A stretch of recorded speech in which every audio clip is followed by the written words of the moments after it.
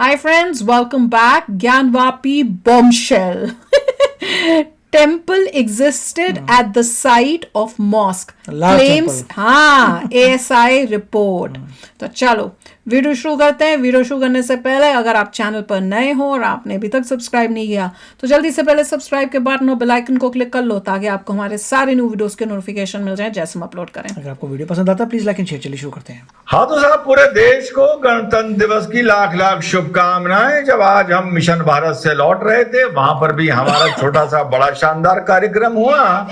तो हमने एक चीज देखी कि जहां भी गणतंत्र दिवस के उपलक्ष्य पर कोई वाहन, जुलूस या मोटरसाइकिल रैली निकल रही थी तो मानो अभी 22 जनवरी का खुमार उतरा नहीं है. तो जहां जहां गणतंत्र दिवस की रैली निकल रही थी वहां पे रामलला भी नजर आ रहे थे. तो एक बार पुनः 22 जनवरी के लिए लाख लाख मुबारक, शुभकामनाएं, बधाई. और 26 के लिए आखिर में देखिएगा आज हमारे मिशन भारत का छोटा सा कार्यक्रम जो हर वर्ष होता है.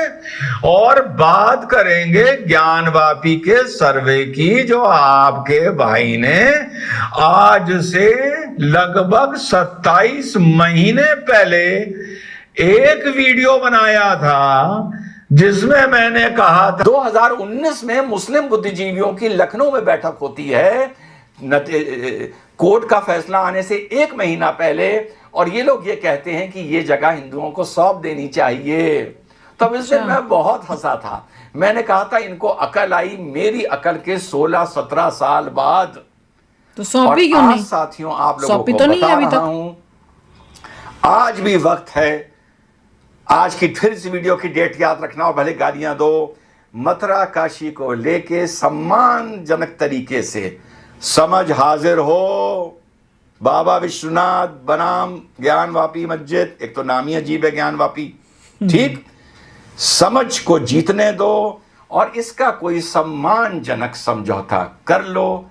कल को बीजेपी रहे ना रहे, मैं पॉलिटिकल कमेंट्री में नहीं जाता नहीं हूं. होना चाहिए. जो फेयर है सिर्फ वो बवाल फेयर को है. एक चीज रोक समझौता रही का क्या है मतलब कि है? आर्कियोलॉजिकल सर्वे ऑफ इंडिया का सर्वे इस जगह का रुका हुआ है. जिस दिन जैसे तैसे आज या 5 साल बाद या 1 साल बाद या 20 साल बाद वो सर्वे अलाउ हो गया. ज्ञानवापी का ही बोल रहे हैं कि किसी फिर और भी का? कुछ कॉम्प्लिकेटेड था. सभी जगह. यहाँ तो जाके खड़े हो जाओ उसके सामने ज्ञानवापी के. वही. आंख वो मस्जिद चीख चीख के वही बोलती तो. है कि मैं किसी और की अमानत पर बनी हुई हूं.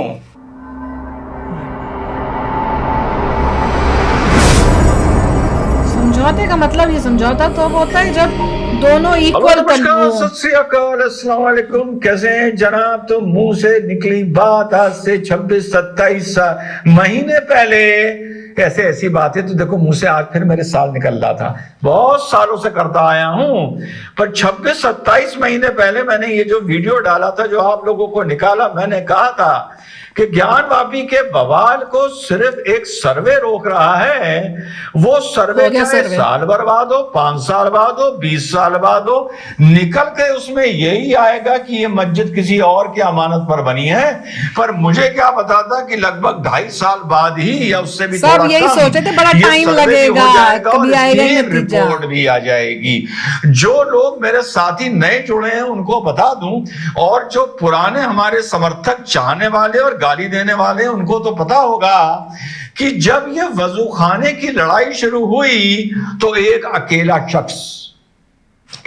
अकेला शख्स जो डिबेट्स में और अपने प्लेटफॉर्म पर बैठकर एक ही बात बोलता था कि 10 पैसा चवन्नी अठन्नी कर करके ये लड़ाई मत लड़ो. सबसे पहले जो लड़ाई लड़ो वो पूरे ज्ञानवापी के सर्वे की लड़ो. याद है ना साथियों, जो पुराने मेरे साथ जुड़े हुए हैं. अच्छा, इस मुद्दे को लेके हमारे भाई विष्णु जैन भाई से भी मेरी 1-2 डिबेट्स में थोड़ी सी ना इत्तफाकी हो गई, मतभेद हो गया. उनको लगा कि यार ये आदमी, मैं भी वकील हूं, अनुभवी हूं, इतनी लड़ाई लड़ रहा हूं, तो ये हमें क्यों राय दे रहा है. होता है, एक नेचुरल ह्यूमन नेचर होता है. मैंने कहा ना विष्णु भाई, लड़ाई आप गलत लड़ रहे हो.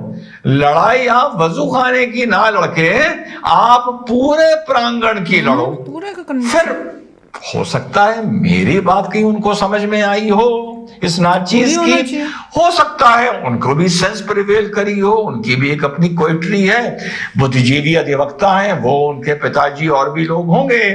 तो उन्होंने साहब प्रार्थना पत्र डाला कि पूरे का इसका सर्वे हो। मैंने कहा चलो चलो, मेरा किसी से नहीं मतलब, हमेशा की तरह कि यार एक बात तय तो हो पूरा सर्वे कर पूरा ही तो होना साहब वो सर्वे रिपोर्ट आ गई, और सर्वे रिपोर्ट भी मस्जिद की तरह चीख चीख के कह रही है कि इस मस्जिद को, एक मंदिर को खंडित करके, कहीं कहीं तोड़ के, कहीं कहीं थोड़ा खंडित करके, उसके मटेरियल को, उसके पिलर्स को, उसकी वॉल्स को रीयूज करके, कहीं कहीं पूरा तोड़ के इसको एक मस्जिद की शक्ल दी गई है।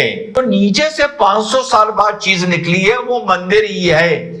अब ऐसा पूरा पूरा मंदिर तो दबा के अंदर नहीं कर दिया गया होगा ना, खंडित करके किया गया होगा ना। जो लोग कहते हैं कि यार सुप्रीम कोर्ट ये क्यों नहीं कहता कि मंदिर ही था, तो भैया तुम लोग अगर मगर लेकिन किंतु परंतु करने वाले, आंख बंद करके ये सोचने वाले कि रात हो गई, चेहरे पर धूल है और शीशा साफ करने वाले मेरे भाइयों, एएसआई की रिपोर्ट ने भी ये नहीं कहा है कि वो मंदिर ही है, ये कोई दुनिया की रिपोर्ट नहीं कह सकती। एएसआई की रिपोर्ट भी चीख चीख के कह रही है कि बहुत सी मंदिर सी की बिल्कुल शिनाख्ती, मंदिर जैसा, बिल्कुल मंदिर के जैसा प्रतीत होता, इस्लामिक आर्किटेक्चर से जिसका कोई मतलब नहीं है। यहां पर एक नहीं अनेकों चीजें निकली हैं। अब भैया पूरा पूरा मंदिर तो नीचे से नहीं निकल आएगा ना, यूं करके तो नहीं निकलेगा ना। तो भैया बहुत चीजें इसमें आई हैं।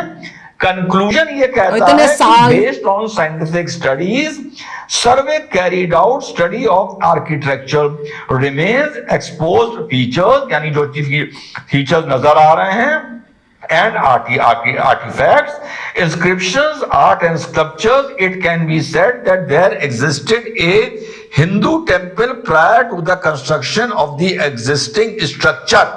अब इसमें यह मत कहना कि भैया कौन सा हिंदू टेम्पल, इतना एग्जैक्ट कोई नहीं बता पाएगा। तो जो ये रिपोर्ट सामने आई है, pre existing structure, several pre-existing structures were found which prove that there existed a large Hindu temple prior to the construction of the existing structure। यानी यहां पर एक तो वो स्ट्रक्चर है जो वहां पर मौजूद है, और ऐसे स्ट्रक्चर्स के वहां पर पार्ट्स मिले हैं जो प्री एग्जिस्टिंग एक स्ट्रक्चर, यानी इस स्ट्रक्चर से पहले का स्ट्रक्चर, इस निर्माण से पहले के निर्माण के स्ट्रक्चर्स हैं जो बिल्कुल हिंदू टेम्पल की तरह हैं। Central chamber, main entrance of the pre existing structure, western chamber and western wall, reuse of pillars, inscriptions on existing structures, Arabic and Persian inscriptions on the loose stone की ये मस्जिद का बनी थी। The temple has a big central chamber and at least one chamber in the north, south, east, west respectively. Remains of 3 chambers in the north, south, west still exist, but remains of the chamber in the east and any further extension of it could not be ascertained physically as the area is covered by platform। यानी एक chamber नहीं ढूंढ पाए क्योंकि वो platform से ढका हुआ था। Main entrance of the central chamber of the temple was from the west which was blocked। ऐसा ही सर्वे ये बता रही है कि वेस्टर्न साइड से जो सेंट्रल चेंबर है उसकी जो एंट्रेंस थी वो वेस्टर्न साइड से थी, पश्चिम की तरफ से थी, लेकिन जिसको ढक दिया गया। The entrance was decorated with carvings of animals and birds। अब लोग कहेंगे भैया एनिमल से तो हम भाई लोग बहुत प्यार करते हैं, हमारी तो बहुत सी मस्जिदों में एनिमल और बर्ड्स होते हैं। तो इसी तरह से बहुत सी चीजें हैं। The western wall of the existing structure is the remaining part of the pre existing Hindu temple. Western wall यानी माता सिंगार गौरी वाली वॉल, ये तो सर्वे रिपोर्ट ने कहा है ये पुरानी ही मंदिर की है। फिर उसके बाद आ गया, during the survey a number of inscriptions were noticed on the existing and pre existing structures. A total of 34 inscriptions were recorded। 34 inscriptions मिले हैं। सो ये पूरा inscription engraved in the loose stone बताता है ये मस्जिद कब बनी थी। Existing architecture remains decorated modelling on the wall, कन्ना रथ एंड प्रतिरथ ऑफ द सेंट्रल चेम्बर। वही है, ये हमने पूरा जो ये बता रहे हैं कि क्या लिख के उन्होंने भेजा है। ASI की जो रिपोर्ट थी वो तो हमने सारी सुनी थी। वो अब जो लड़ रहे थे ये केस, उन्होंने ही पूरा रीड, हाँ वो एडवोकेट जो थे उन्होंने पूरा रीड करके वो बताई भी थी। और भैया उसका तो कोई डाउट ही नहीं था, हमें सबको पता है। और ये जो बोल रहे हैं ना कि हमारी तो मस्जिदों में बने हुए होते हैं, इसका मतलब वो सब मस्जिदों को भी चेक करो, क्योंकि वो भी मंदिर ही होंगे। 99% उसका यही चांस है।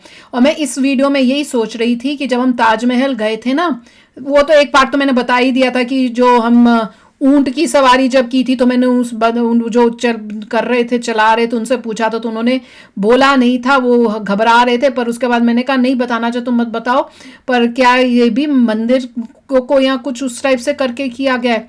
तो उन्होंने कहा, ऐसे सिर हिला के बोल दिया था हाँ। और जब हम लोग गए ताजमहल में तो हमें कई जगहों पे मतलब वो पूरा बंद, सीढ़ी नीचे जा रही है पर उन्होंने सब कुछ बंद करके कई पार्ट्स किए हुए थे।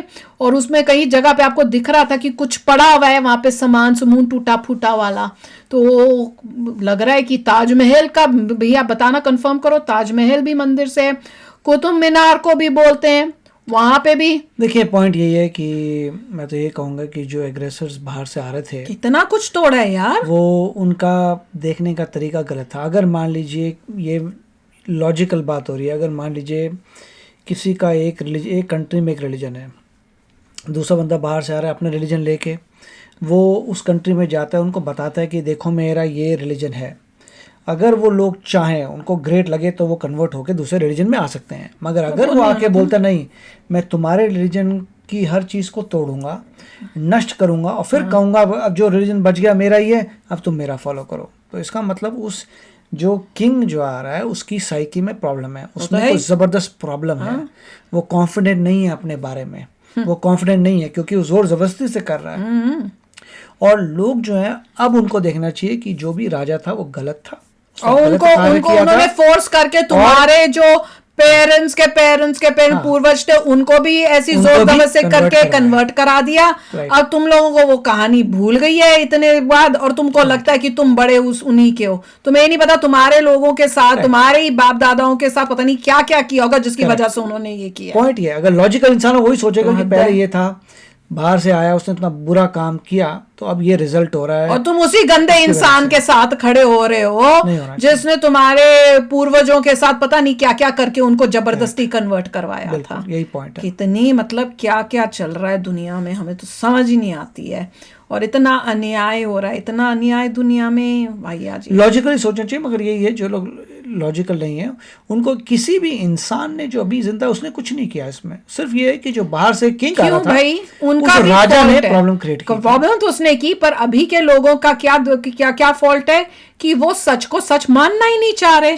अगर कोई पढ़ा लिखा है तो मानेगा, वो एक अच्छा सच्चा इंसान अगर देखेगा कि भैया ये तो जगह मेरी है ही नहीं, यहाँ पे तो वो बंदा रहता था, वो बंदा बाहर खड़ा होकर चीख चीख के कह रहा है ये मेरा घर है, मेरे घर में हो गया।